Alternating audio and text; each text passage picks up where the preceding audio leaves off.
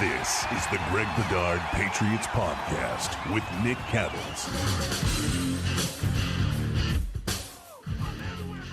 We'll get into Dolphins Patriots in a minute, but first, download the Prize Picks app today. Use that code CLNS. Get $50 instantly when you play $5. Also, take the guesswork out of buying tickets with Game Time. Download the Game Time app, create an account, and use that code CLNS for $20 off your first purchase. All right, Greg, before we get to Dolphins Patriots, Alex Van Pelt met with the media today, and he had something very interesting to say. Van Pelt told the media that he had no idea that Marcus Jones had played offense before. What was your reaction when you saw that? Basically this, my hand on my face. Like, seriously, this is the gang that can't shoot straight. I mean, oh my God. Really? I mean, I don't even know where to start. I mean, Drake Maye's the head coach of this team. He's been around. He's seen Marcus Jones play offense. Never one time mentioned, especially, okay, I could see maybe in the offseason or, when they're getting ready for the season. Like, they just want to worry about, they got a rookie quarterback. They got a new scheme. They're just worried about that. But, I don't know. 3, 4, 5 games in the season when the offense stunk the joint up and they're looking for any way to create explosive plays and do anything on offense. Like, Gerard doesn't say something like, hey, you may want to try Marcus Jones, reverse or run or something like that. Like, he's been pretty good. I mean, yeah, he's playing a lot on defense and he does punt returns, but we might be able to do a couple plays a game for him. You should check that out, AVP. Why don't you go watch his film from last year? And I guess it must have been a couple years ago, because I'm trying to think, because he was hurt most of last year, wasn't he, Nick?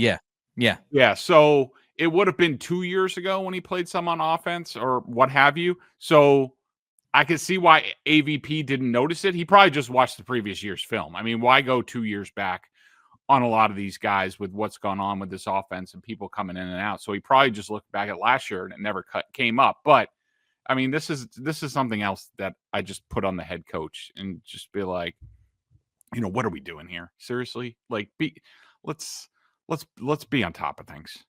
Yeah, he only played 2 games last year, started 1, so, not a lot of time. You go back to his rookie season, he played in 15 games. That's when he was getting some offensive snaps.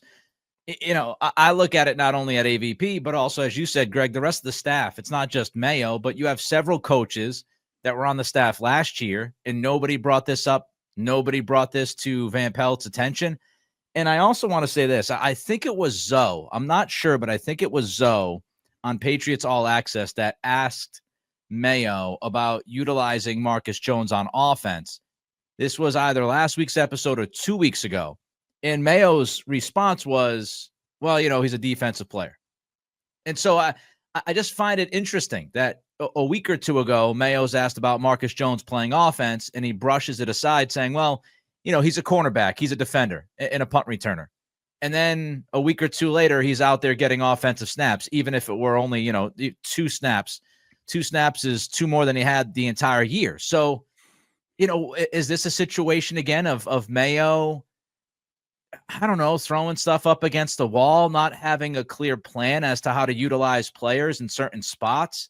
It's just all strange. Van Pelt also spoke about the interception from Drake Maye last week against L.A. There's been a lot of back and forth about whose fault this was. Was it Maye's? Was it Pop's? Well, Van Pelt said today, Greg, that Maye made the right read on the pick. So certainly sounds like the offensive coordinator is putting that on Pop Douglas more than he is the rookie quarterback. Yeah, it sounds like it. I also he did say something about he would, if he looked, he might have had a chance to catch the ball. Yeah. He didn't say it was a good throw. I still think the throw would have been problematic at the end of it. Like, Drake was sort of got off balance. His feet were really narrow. He was throwing off of 1 foot, and he kind of sprayed the ball. But the only thing I'll add to that is, look, if Pop was wrong, then Hunter Henry and Kayshon Boutte were wrong too, because they all had their head down well after Maye released the ball. So to me, that's that's a coaching point. I think at this point I would put it on coaching that they, weren't quite dialed in and ready for that situation. And, hopefully they correct it in practice this week. I'm just so annoyed with, and we'll get into the rookies in a minute, what Van Pelt had to say about the rookies. But I really am annoyed, frustrated by the fact that wide receivers seemingly, have so many mistakes on the field over the last few years at that position. And we talked about Troy Brown and, maybe Troy Brown wasn't a great coach. They move on from Brown. He's hiding in an undisclosed area at Gillette Stadium during the week. I don't even know what the hell he's doing. He's getting a paycheck from the Crafts. I know that. But you move on from Troy.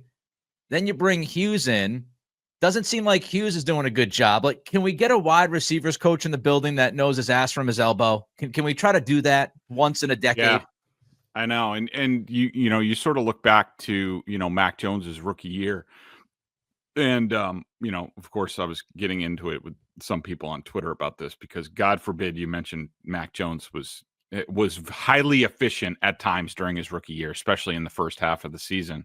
But just, sort of the job that coaching staff did, especially offensively. I think it was Mick Lombardi was the wide receivers coach at the time. And really the weapons aren't all that different, or I wouldn't say that the 2020 weapons were all that much better. I mean, yeah, they spent money, but like I've said before, Kendrick Bourne basically needed his hand held through Saturday to get him through Sunday. We all know about Jonnu Smith's issues here. Nelson Aguilar was part of that. I think, I would like, just in my experience covering the league, Nick, the guys that I thought did the best job were sort of well-traveled, older wide receivers coaches. Like, there was a guy, I think his name was Jerry Sullivan. There's guys I covered. They all seemed to be the same. They were sort of like in their late 60s, but these guys were hard asses. They were taskmasters. I mean, the Packers did a great job of developing. I think it was Jimmy Robinson in Green Bay was the wide receivers coach. And the Packers did a great job of developing wide receivers in that system. And I think it starts with the coach. I think you're absolutely right. I think that's got to be one of the priorities this offseason. Here's a name for you. Chad O'Shea. I don't know if he's going to be, somewhere else, go somewhere else. Maybe if Brian Flores gets a head coaching gig, he goes with Flores. But he is the wide receivers coach and pass game coordinator for the Cleveland Browns right now.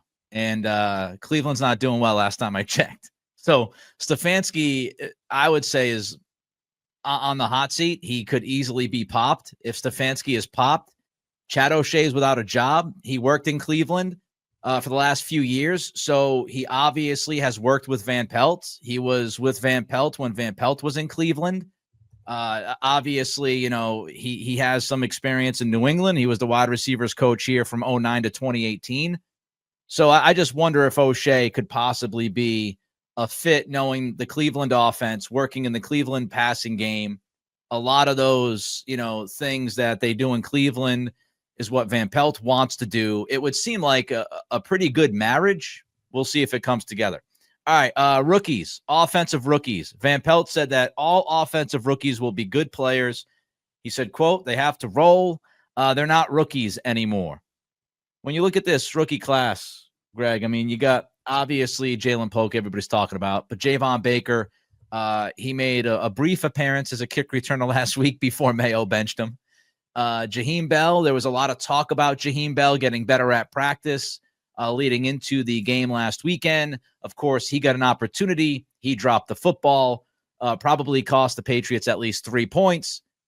So when you just look at this overall, these offensive rookies, is there anything that tells us we should expect differently from them over the final 6 or 7 games here? Not really. I mean, but I will say, because look, I think Polk's going to continue to get action the way Van Pelt talked today, even though to me he looked utterly lost in the last game and sort of needs a reset. I don't think Wallace is ever going to play. I don't think he's going to, unless there's an injury, unless he supplants DeMontre Jacobs, which, I don't really see happening, but who knows? Maybe he does. Layden Robinson, I don't see him playing. I mean, with Cole Strange coming back at some point, I don't really see him playing. They even talked about taking a look at Cole Strange at, not only left guard and center, but also right guard as he comes back. Javon Baker, I think this is a redshirt year for him. He's been getting on the field, but I don't really think, I guess there's a chance. Marcellus Dial has done a good job on special teams, but they don't need him in the secondary. Joe Milton, we know we're not going to see him. And Jaheim Bell, I think he's going to continue to get reps. He could do better. But what I was going to say was, I don't, especially about the offensive rookies, I don't disagree with Van Pelt. I know everyone wants instant gratification and they expect X, Y, and Z out of rookies. And we've talked about it. I think every year people forget, they're brainwashed. They forget that rookies, most of them take some time to develop into at least their second season. But every year they want to play fantasy football with the draft. And no, we're going to draft this guy. We're going to plug him in and he's going to be great. And but it rarely ever happens that way. We all know about Drake Maye. I think Jalen Polk is certainly an NFL receiver. He's not showing it this year. They have to address the problem in the offseason. I fully expect next year that we're going to talk about the Maye and Polk connection at some point. Caden Wallace, in my opinion, we don't have a whole lot of data on him with his injury issues as a rookie, but to me, he's at least a backup swing tackle type, and that's fine. And that's a 3rd round pick. That's okay. Layden Robinson to me looks like a starting guard. He's had his issues this year as a rookie, but I think he's a starter. Javon Baker, we'll see. Again, not my favorite draft pick. Milton, I think, will be an NFL quarterback at some point with development. And Jaheim Bell, I think he's got a chance to be one of those move tight ends down the line. But he is a 7th round pick, so you're expecting that to pay off down the line. So I don't disagree with Alex Van Pelt. That's why I'm not just ripping Elliott Wolf for the draft. I don't expect instant gratification, and I see traits that these guys can play in this league, and that's what they need. After, we just looked at the 2022 draft and how many guys are left here. Yeah. I feel much better about the chances of this draft class being here and being contributors in year 3 than what we got out of 2022. 22 was brutal. The Jalen Polk stuff it's just fascinating to me because I watched him in Washington. I was there at camp for at least 6 or 7 of the camp practices. In the preseason, he made a couple of plays. The player that I saw at camp was a guy who had great hands, made plays on the ball every once in a while down the field, seemed to have some decent chemistry, especially with Drake. And then all of a sudden, it's just his focus is just completely off. When you look at the issues with him, it's drops, it's penalties, it's these things that, it seems like his focus isn't there. And I didn't read a single word about Jalen Polk's focus being a problem at Washington. And when Jalen Polk was drafted, everybody agreed that where he was drafted was pretty much where he should have gone, somewhere in the early to mid 2nd round. It wasn't oh my God, what are they doing? It wasn't like a N'Keal Harry, oh, well, this guy's game might not translate in the NFL. It wasn't a Tyquan Thornton pick where it was that guy probably should have been drafted 2 rounds later. What the hell are they doing? And it just seems like a focus thing with him. I don't know what's going on, Greg, with Jalen Polk. I don't know if there's a personal thing going on. Yep. I don't know if, he just lost his confidence early in the year. And I have no clue what's up, but I can tell you, the guy that people are watching, and this is what makes it difficult, because I understand people cannot go to a lot of training camp practices, right? They have their jobs, they have their kids, they have their lives. You might be able to squeeze in 1 or 2. And so you go off of what people are talking about and writing about. And so it's really difficult. I understand it's really difficult for people to watch Jalen Polk, what he's done this regular season, where he's looked like a bust through 11 weeks. it's really difficult for those people to believe in what we're saying. But I'm telling you, I watched this guy at Washington. He was a completely different receiver. And I understand it's not going to be the same thing in the NFL, but the hands and focus were not the issues with Jalen Polk. The questions were, could he consistently separate, right? Was one of the questions. Was he athletic enough and all of that stuff? And if you watched him at camp, you didn't have any inclination that this kind of season would happen with him. I thought, hey, he might get 40, 50 catches and 500 yards this year. And, here we are. I don't know what's going on. I don't know if you've heard anything, but to me, just something is up with him. And I don't know if it's just my confidence is shot because I got off to a bad start, or if there's something more at play here, Greg, or it might be a coaching issue, but I kind of lean towards the first two things.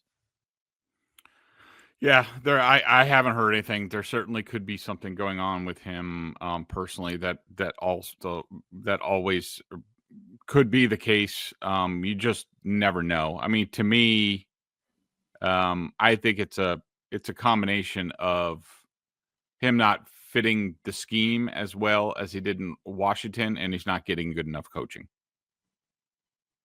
All right. Yeah, I want to clarify. I'm not saying it's anything personal.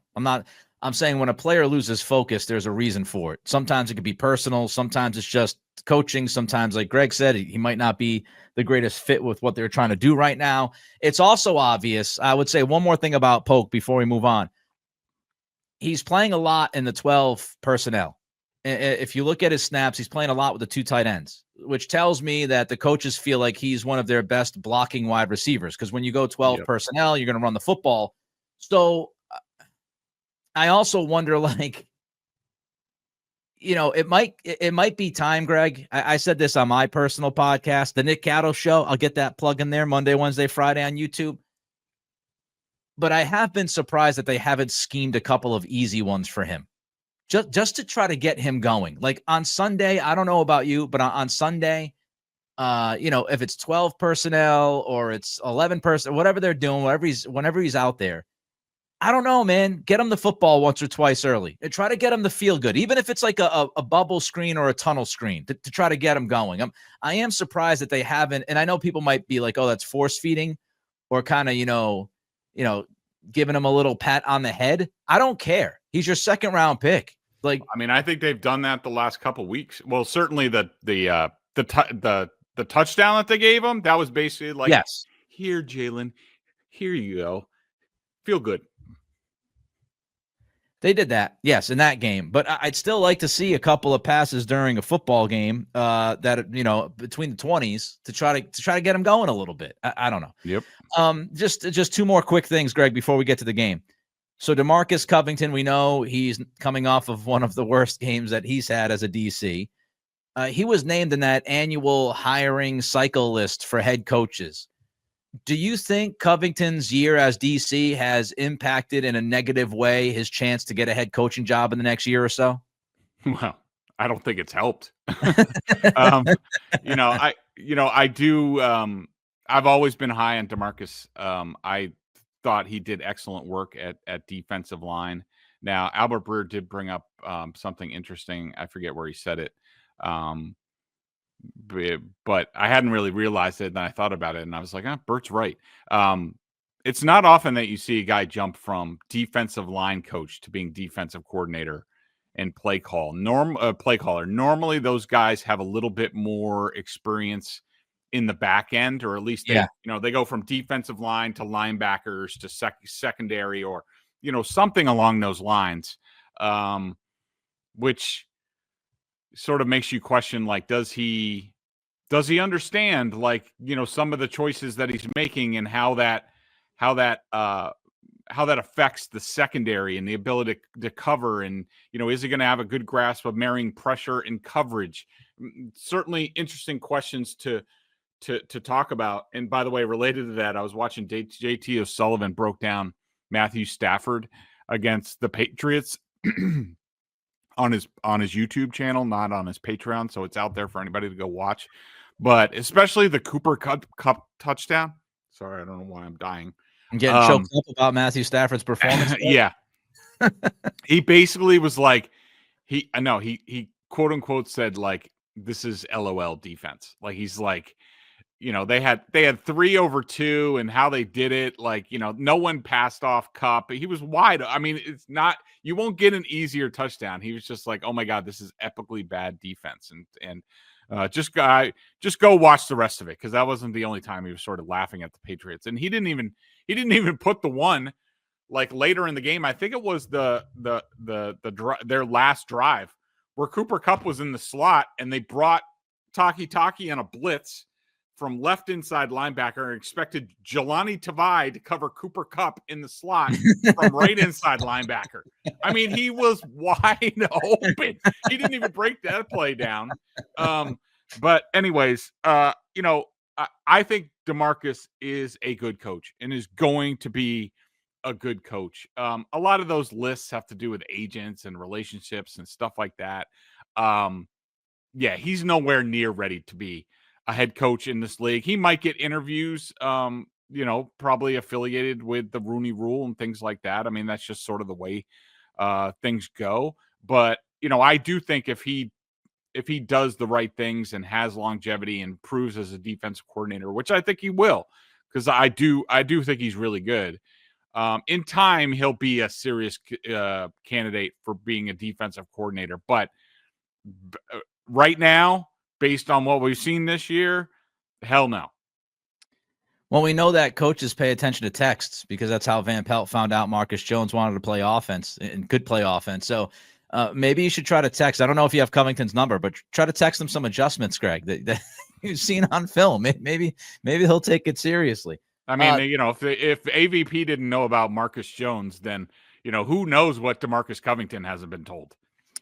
I will say I tweeted out at Nick C Radio during the game on Sunday. I am sick and tired of the busted coverages inside the red zone. There's been 4 or 5 of those, like guys not knowing who to pass, who off to. I think Marcus Jones himself has had 2 busted coverages in the red. It's like you get in the red zone. It's supposed to help the passing defense. Things get condensed. Too many busted coverages in the red zone. Too many, Greg. All right, you know what? I was going to ask you about TC McCartney, but let's hold off. Let's get to your prize picks this week. Prize Picks is America's #1 daily fantasy sports app with over 5 million active members. Prize Picks is the easiest and most exciting way to play daily fantasy sports. All you do is pick more or less on 2 to 6 player stat projections and watch the winnings roll in. You can now win up to 100 times your money on Prize Picks with as little as 4 correct picks. As of right now, they did not have any Patriots or Dolphins players up on there, but I will do something at some point and putting on Twitter. But I did want to tell you, after Thursday night football, so we're taping this Thursday afternoon, after tonight's game, they're going to post a free square for Thanksgiving. So yum. Love the free squares. That's how I was, winning a decent amount of money early on in the season. Tyreek Hill only needs to receive a half a receiving yard for the projection to hit. If you're correct on at least one more stat projection, you win real cash. So that's going to be for the Dolphins Packers Thanksgiving night game. So make sure you get over there. Like I said, Tyreek's going to catch a pass. All you have to do is get one more correct. You can do it. We can do it. And you can win cash. Download the Prize Picks app today and use code CLNS and get $50 instantly when you play $5. That's code CLNS on Prize Picks to get $50 instantly when you play $5. You don't even need to win to receive the $50 bonus. It's guaranteed. Prize Picks, run your game. Run your game indeed. All right, TC McCartney.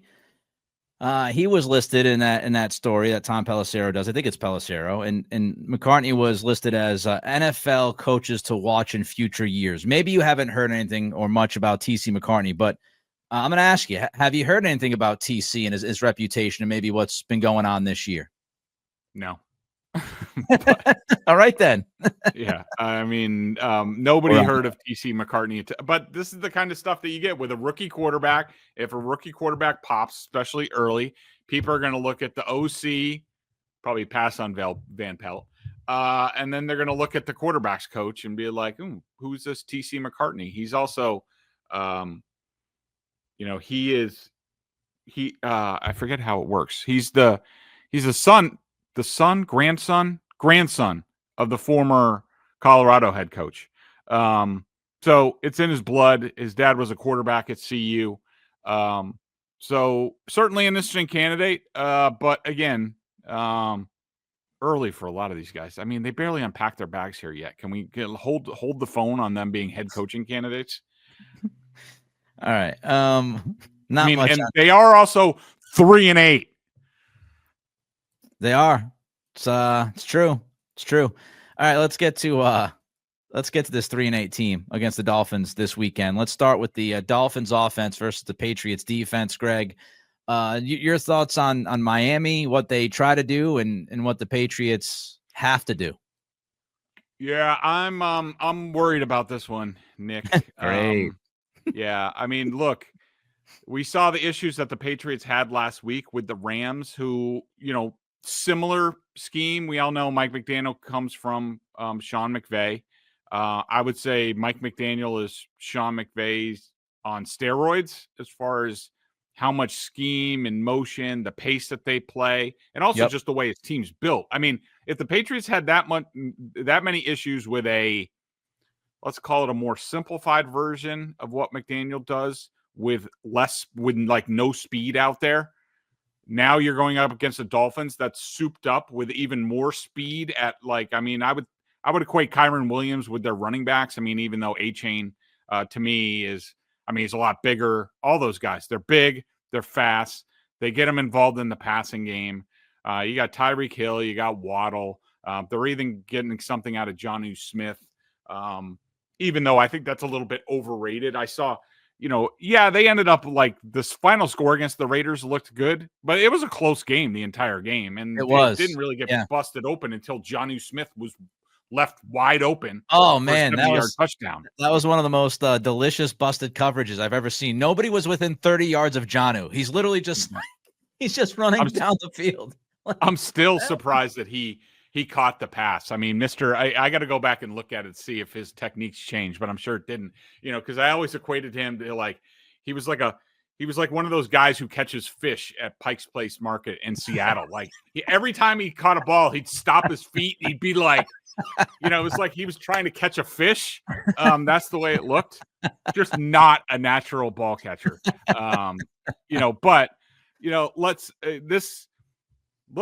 This scheme is cooking now. Over the last 4 games, they are first in offensive EPA.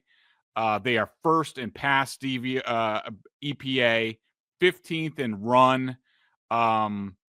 They've turned the ball over 3 times over those 4 games. Interesting though. I was interested in this, big plays. You equate the Dolphins with big plays, even though I do think a lot of teams just play them back. A lot of teams, they see a lot of zone, a lot of cover 2. Yeah. And, Tua basically throws I would say he's an expert at throwing over the middle about 10 yards or less, 7 to 10 yards. That's sort of his breadbasket, and also checking it down to the flats. He does that all the time. Miami has 53 big plays over the last 4 games. New England has 51. Miami has 9 20 plus pass plays, 7 for New England. The Dolphins, I think it's because of how fast they play and how fast he gets rid of the ball. But over the last 4 games, they are second in the least amount of offensive pressure allowed, 21.2%. I don't love their offensive line, but it's effective with this group. He schemes around it, which is possible, people, like we were talking about early on in the season with the Patriots line struggles. The big key to me is, and I don't have a whole lot of confidence that the Patriots can do this, especially after what we saw against the Rams. You have to get Tua off his first read. That's what he wants to do. You have to find a way to do it. It goes through. I mean, these guys are in the division. You should know them. You should have studied them in the offseason. You should have a really good plan. Certainly better than the Rams, who you only see once every 4 years. So I could somewhat understand that. But you got to take his first read away. And that's when you can get pressure on him. That's when he starts turning the ball over and taking sacks. So that's a big key in this game. I'm not sure if anybody will understand my analogy or my comparison, but I'm going to do it anyway because that's how I roll, folks. I will explain it. So hang with me here for a second. So Tua, he's been able to extend plays from time to time, right? He was able to extend plays a couple of weeks ago against the Rams defense, and it worked out for him. He did it once or twice against Vegas in that game. But he's like a Julius Randle of the NBA, where like you have some guys where like they'll take threes and they'll make their first couple threes, but you're not worried about it. Like you want them to keep taking threes because inevitably water will find its level and they'll end up bricking the next 5 threes, which opens the door for you. I feel the same way about Tua when it comes to extending plays and holding on to the football. He might be able to make a play or two extending, but the more he does that or tries to do that, the better it is for your defense. Because when Tua holds on to the ball and he's kind of running around, you just feel a mistake coming. That's when errors hit. So I agree with you, Greg. You don't want Tua to be able to get rid of the football as quickly as he does. I mean, Miami is the fastest team in the NFL when it comes to time to throw, 2.52 seconds. I mean, as soon as it hits his hands, he wants it out. The more that you keep him in the pocket, the more that you have him guessing and looking at his second read, even his third read, the much better you're going to be. Achan's a problem. Achan's a problem on the ground. Achan's a problem in the passing game. Greg mentioned motion, and it's not just motion with the wide receivers. McDaniel will motion everybody. I mean, the running backs will motion. Jonnu Smith will motion. Jonnu will motion at the snap. He had a touchdown last weekend because he motioned at the snap and got open. You're going to see a lot of that late motion. And as we saw last weekend, Patriots defense stunk against motion with the Rams. So they've got to be able to turn this thing over rather quickly and get it going. All right, before we get to the Patriots offense versus Dolphins defense, Greg, tell the fine people about Game Time. Game Time Picks filters out the fluff to show you only incredible deals and great seats so you don't have to waste time searching through thousands of tickets. Love the all-in pricing. Toggling this feature shows you the total up front with no surprise fees at checkout. Seat views, you get a panoramic view from your seat in the app before you buy. Like I told you last podcast, they have some really good deals going on for, I think it's Sunday's game against the T-Wolves, which should be a great matchup and a lot of fun to watch. Download the Game Time app, create an account, and use code CLNS to take $20 off your first purchase. Terms apply. Again, create an account and redeem code CLNS for $20 off. Download Game Time today. What time is it? Game Time. Pats offense, Dolphins defense. Drake Maye coming off his great game against LA, his best game in the NFL. How does Drake Maye and company stack up against this Miami D? Not bad if they can get protection and if they can run a little bit. That's going to be a little bit of an issue. The Dolphins defense over the last 4 games, 21st in total defensive EPA, 26th against the pass, 12th against the run. I think that they don't get a whole lot of pressure. Miami, their Dolphins D is 30 in pressure rate over the last 4 games. The Patriots are 18th. Of course, probably almost all of that was against the Bears, so that skews that a little bit. I think there will be opportunities for them. I mean, I do like a lot of the players on the Dolphins. Javon Holland at safety is really good. Poyer, he's a vet. He's older. He's a little slower. I don't like them at the line.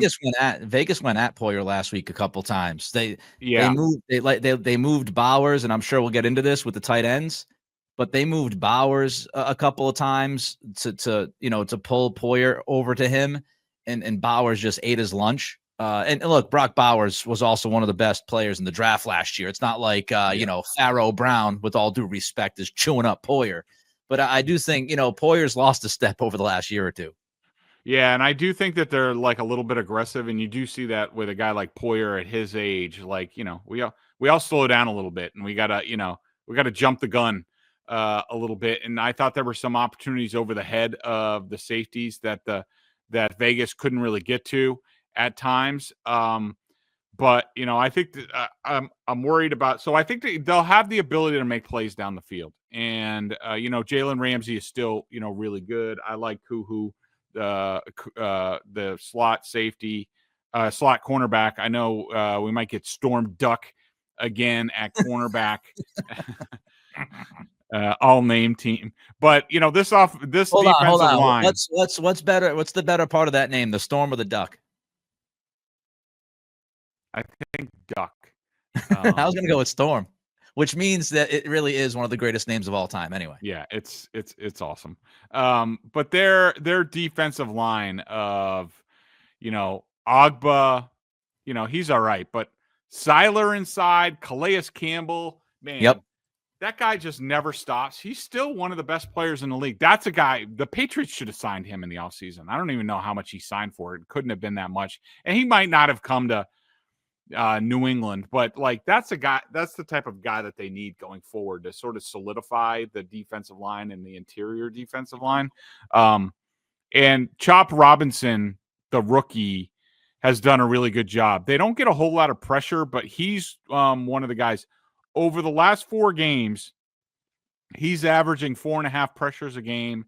Zach Seiler, who's criminally underrated, a great player, is averaging 3 per game. Calais Campbell is at 1.5. So, Chop Robinson is a guy who's coming into his own. They're going to have to account for him on third down. He lines up on both sides of the line against the tackles. So, it's hard to get a beat on what he's going to do. But, Jordan Brooks, also the linebacker, brings a lot of pressure on blitzes. So to me, the battle for the Patriots offense, whether they're going to be able to do anything and Drake Maye can sort of get in a shootout with the Dolphins, it's going to depend on, can they block things up, or are they going to have issues with that? Calais Campbell is 3rd in the entire NFL in defensive tackle pass rush win rate. He's like 45 years old. Seiler is 14th in defensive tackle pass rush win rate. So you got 2 guys on the inside that have shown that they can get to the quarterback consistently. The interior of the Patriots offensive line best have a good day on Sunday. Chop Robinson, when you look at that statistic, Greg, that analytic is 10th in edge pass rush win rate, which is 1 spot below Jared Verse, the guy we talked about last week for the Rams. We sung his praises. Chop was a beast against Vegas. I mean, he was winning his rush. It felt like every other snap of the football when it came to dropbacks. So Chop is picking up the NFL now. One of the questions that I have, though, I wanted to ask you, if you are, was it Anthony Weaver? Is that the DC name? Yeah. If you're Former Anthony Baltimore Weaver guy. So when you look back, Greg, at week 5, what's interesting is Miami doesn't blitz a lot. They're 19th in blitz rate. They blitz about a quarter of the time. Last week, they were 22nd in the league in blitz rate. They were under 17% against Minshew and Vegas. But when you look back at when the Dolphins played the Patriots week 5, they had the 10th highest blitz rate in the league that week at over 32%. So my question to you is, this is a team that doesn't like to blitz. They didn't blitz hardly at all last week against Minshew, but now you've got Maye instead of Brissett. If you're Weaver, what's your plan? Are you bringing the heat to Drake Maye? Are you blitzing him? Or are you doing what you do, which is not blitz a ton, hope that your defensive line gets home and play a lot of zone coverage? Look, I think you could blitz Jacoby more because you knew where he was going to be, and he wasn't really going to beat you with his legs, even though he's going to try and right. fail at that, especially after week 1. I think they better have a really good plan against Maye's legs. You would think that they might play a little bit more man coverage in this game, but if you do that, you have to have a spy on Maye. I mean, if I were the Dolphins, what I would do is, because I'm not afraid of the Patriots in any way, shape, or form in terms of them, winning down the field. I'm manning everybody up, and I'm putting a spy on Maye all the time. And one thing I wanted to mention about Robinson, as you were talking about, it reminded me, that dude has closing speed like that's rare. Like, I mean, as soon as he gets on the edge, like when he's closing, like he all of a sudden goes, 5 feet in a fraction of a second. He's all of a sudden like, whew. So that'll be interesting to watch to see how Maye deals with that. Cause that's kind of one of those things as a young quarterback that you're just like, you don't realize how good these guys are. And sometimes you're falling back on what you did at UNC and in college. Like, if you try to evade Chop Robinson, it could be a big loss. All right, we'll get to our picks in a minute, but first I'll tell you about BSJ, $50 for the year. Bedard Giardi do a great job with the Patriots, of course, and everybody else that works for Greg. They do tremendous work. You also want to download the Prize Picks app right now as you listen to this or watch us. Use the code CLNS. You get $50 instantly when you play $5. And if you want to go to a game anytime soon, check out Game Time. You can download that Game Time app, create an account, use that same code CLNS, and they will take $20 off of your first purchase. All right, this week's pick. I am 5-6 against the spread. Greg is 3-6-2 against the spread. I am 5-6 straight up. Greg is 6-5 straight up. So here's what this week's matchup looks like. The Dolphins are favored by 7.5 down to Miami, so they're minus 7.5. And Greg, the over-under number is 46. Give us your pick, big guy. So, in a vacuum, I would probably take the Dolphins and the points, especially because it's Miami and it's New England just for some reason cannot play there. And by the way, that place, it must be a South Florida thing, but that place in Tampa are two of the stadiums where, I don't know, weird shit just happens. Like it just does. Like It's just, I don't know what's the way it's situated or like, in relation to the sun or whatever. But every time I go down there, like I feel like off kilter at the game. And plus they have the worst press box in the league location. And I will actually be at Sunday's game. So not looking forward to that, but it is what it is. I do think that there could be a possible look-ahead factor for the Dolphins in this. They have at Green Bay on Thanksgiving night, so they have a short week coming up. And this is one of those teams that sort of feels themselves if they have a little bit of success. And I do think that Drake Maye is going to have a pretty good game against the Dolphins. I think he'll do all right. But at the end of the day, if the Patriots couldn't do better against the Rams last week, I'm not picking them this week. I think they're going to have even more trouble with this speed. And I think the Patriots at this point in time are just, their secondary's pretty fast, but overall, they're a pretty slow defense. They're a pretty slow team. And I think Miami's going to make them look really, really slow in this game. So I'm going to go Dolphins 30, Patriots 20. All right. I am going to go Miami 27, New England 23. I think Miami will score 27-30. I agree with you, Greg. I do think there are going to be opportunities for Drake Maye on Sunday. If you watch the Vegas game, and I know you did, I did, you watched that Vegas game, and there were some things with that Vegas offense the Patriots do and had some success against that Miami defense. The tight ends I brought up, Brock Bowers, I could see the Patriots moving Austin Hooper around, Hunter Henry around a little bit and trying to get those guys matched up with some of their linebackers and Poyer, who I mentioned earlier. I think the tight ends could have some success against this defense. And here's what I would say. Alex Van Pelt needs to run the football because when you go back to their week 5 matchup, Patriots averaged almost 8 yards a carry. But Van Pelt only called 18 runs for Stevenson and Gibson. And I remember after that game, I lost my mind and I was screaming and ranting and raving, trying to figure out why you only called 18 runs when you were averaging almost 8 yards a carry. Run the football early and often, keep it away from Miami, force Tua to take his time in the pocket. And I think you have a chance to keep this close and keep it within the 7.5. So I'll go Miami 27, New England 20. I take the 7.5, and I would go over that 46.5 as well. All right, that'll do it.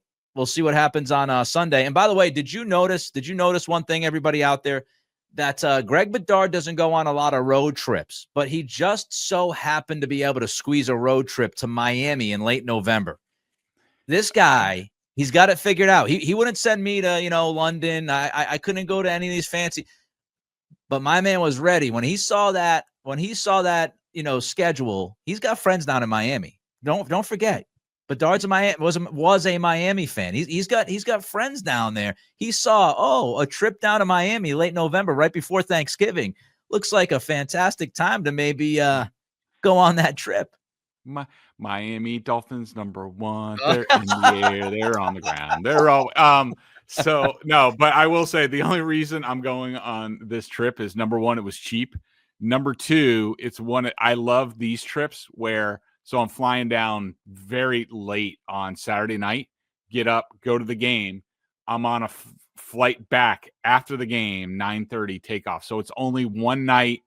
And I really like that. I hate the getting up at like 5 a.m. on Monday mornings after a Sunday game. That's just brutal. But these trips have turned in really good, really easy. I'll be there less than 24 hours, baby. I'm going to do the Will Ferrell Anchorman gif. I don't believe you. So there you have it. Everybody enjoy the weekend of football. Be well. We'll talk to you early next week to react to this game.